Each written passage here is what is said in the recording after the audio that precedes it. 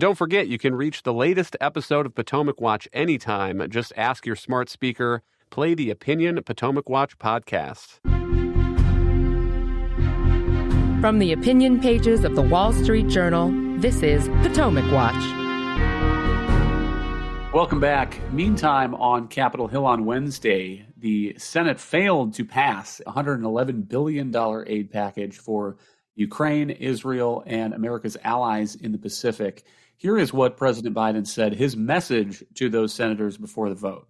Make no mistake, today's vote's going to be long remembered, and history's going to judge harshly those who turn their back on freedom's cause. We can't let Putin win. Say it again, we can't let Putin win. It's in our overwhelming national interest and international interest of all our friends. Any disruption in our ability to supply Ukraine clearly strengthens Putin's position. Kate, what do you make of this? Was this a real setback for President Biden, allies of Ukraine and Israel, or was this failure to launch on Wednesday part of the negotiating process and the jockeying between Democrats and Republicans? I think what we're seeing so far is that the president has failed to negotiate or work with Republicans who control the House by a narrow margin. So this idea that he was going to write down his Christmas list on paper and send it over to Congress and they were going to whoop it through is not realistic in divided government. So he's making these really maximalist claims that this vote was about freedom for Ukraine, about supporting our friends there and their need to win, which a lot of Republicans in Congress agree with. And that's why they have appropriated so much aid for Ukraine in the first place and why so many of them have continued to lean on their colleagues who are skeptical of it.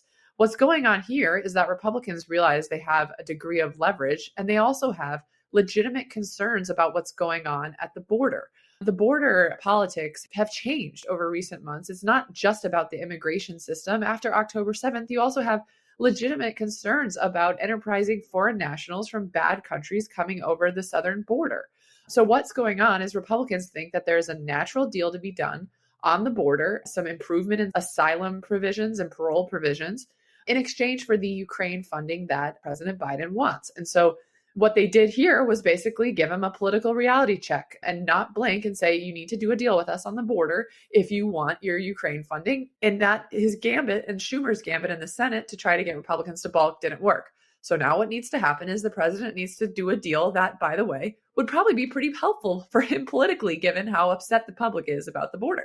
But I guess, Bill, what I'm suggesting is that this vote is less a failure than part of the public posturing, because Chuck Schumer surely knew that this was not going to pass because they have not come to any real agreement on the substance of the border. So he was offering Republicans an opportunity to make amendments to this bill, but the Republicans knew that those amendments would not be able to pass. And so we're at a stalemate. And sometimes when things are at a stalemate in the legislative process, one side tries to take it to the public and say, let's vote on it now, and use that as part of their argument. See, they're the ones who are blocking this. We're not the ones who are blocking this. But the underlying reality is that there's no deal. There's no legislative deal that can get 60 votes in the Senate. And there's nothing that has a realistic chance of passing until that changes behind the scenes. Yeah, I think the difference is I've never seen a president so passive about his own policy. As I mentioned before, we have had no presidential address on Ukraine and why it's vital to our national security interests. I think there's a good case. Biden hasn't made it. In that clip you ran, it's interesting. He said, we can't allow Putin to win. He never has said, as far as I can see, the Ukrainians should win, and we're going to make it possible by giving them what they need. It's amazing to me there's any support for Ukraine funding, given how reluctant the president is to make the case for his own policy. And I think it's a very strong case, just he's not made it. And if this fails, it's on his shoulders. Remember, when he ran, he drew on his 50 years in the Senate and said he was the guy that could compromise, get things done. That's not how he's been as president. He has to go sell the deal to the Republicans. Mitch McConnell called him up and said, you know, that's going to require something, not everything, something substantive on the border, which, by the way, a lot of Democrat mayors, governors and senators would also appreciate, because they're taking a lot of heat for it.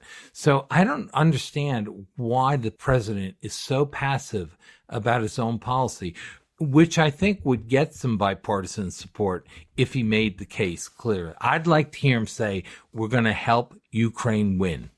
I think the same criticism holds about his reluctance to engage on this border issue as well. There are talks behind the scenes, for example, about changing the standard for the initial standard for claiming asylum in the United States before you get to an immigration tribunal. And I understand that there are elements in the Democratic Party that don't want to make those changes. But President Biden is the president, and he's running for re-election.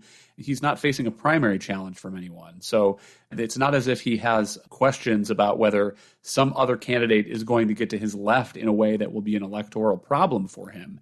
And even if he wanted to make changes that would help solve part of the problem at the border, even if he wanted to act as if he was reluctantly dragged to those legislative changes, it seems to me, Kate, that he might have a political benefit from it in the end, because if the border chaos is continuing through November 2024, I can only think that that's a problem for the president. And even if he annoys some people on his left, it would be better for him to go into re-election having said that Congress changed something and help solve the problem.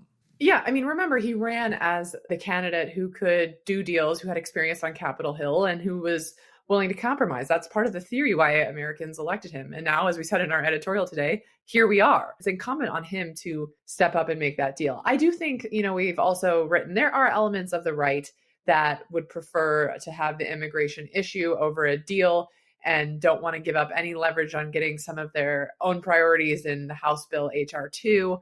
But I think they are few in number and can be persuaded to go along with the deal. I think also, the right has been blasting comprehensive immigration reform for a long time as not a good path forward. And so here what we have is the chance to make a few discrete improvements. So really, I think it's a political winner for everybody involved, which is why I think there is a natural deal. And so that tends to mean that a deal will get done. I'm hearing a slight outbreak on Capitol Hill of potential optimism that we could get a deal even before the end of the year, which is good because what the White House is warning about in Ukraine, that could become an acute battlefield situation if we're not able to continue to supply them, that is true.